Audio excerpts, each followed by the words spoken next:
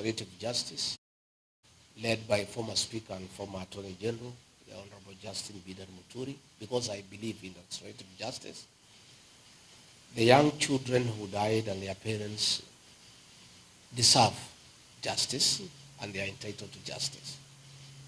In fact, if I'm elected as President of the Republic of Kenya in 2027, my first action in office will be to set up a judicial commission of inquiry to inquire on the killings that took place on June 25th and the subsequent killings that have taken place since then, the issues of abductions, so that all those people who are responsible for the killings are brought to justice. Number two, I would initiate a mechanism for the compensation of families of those children who are tortured, those who are killed, and all those who have had problems with the government of President William Ruto. So let me assure the people of Kenya that I'm committed to make sure that the agencies and their parents do get justice, and all those who took part in abductions, in extrajudicial killings, in torture, in burning people's businesses, in disrupting meetings will be brought to justice. In fact, let me put our police officers on notice. All those officers who are being misused by William Ruto to break the law and disrupt public meetings, shoot leaders, beat up people, they'll have to answer. And I have asked our teams to keep a record of all these actions that are unlawful, that are being perpetuated by the police, so that these people will be held to account. I want to ask families of Gen Zs who are killed, who disappeared, to make sure they document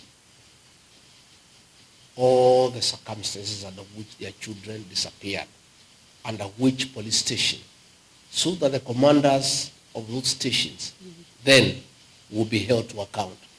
And let me tell officers commanding police stations, officers commanding police divisions, all the atrocities against the people of Kenya that are being committed within your jurisdiction, you will have to answer it one day.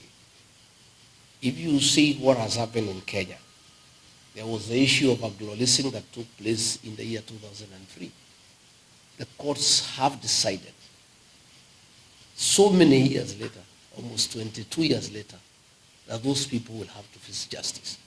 So all those police officers in the DCI, in the National Intelligence Service, in the National Police Service, officers in the Ministry of Interior, who are committing crimes against the people of Kenya, when we form government in 2027, you will have to answer for those crimes of commission and omission, because that is the way the law says.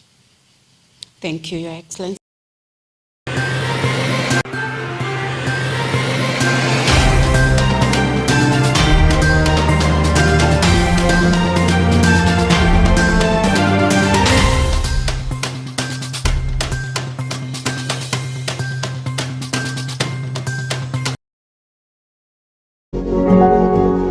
You are watching Pacific Waves Television, USA, a place of nourishment.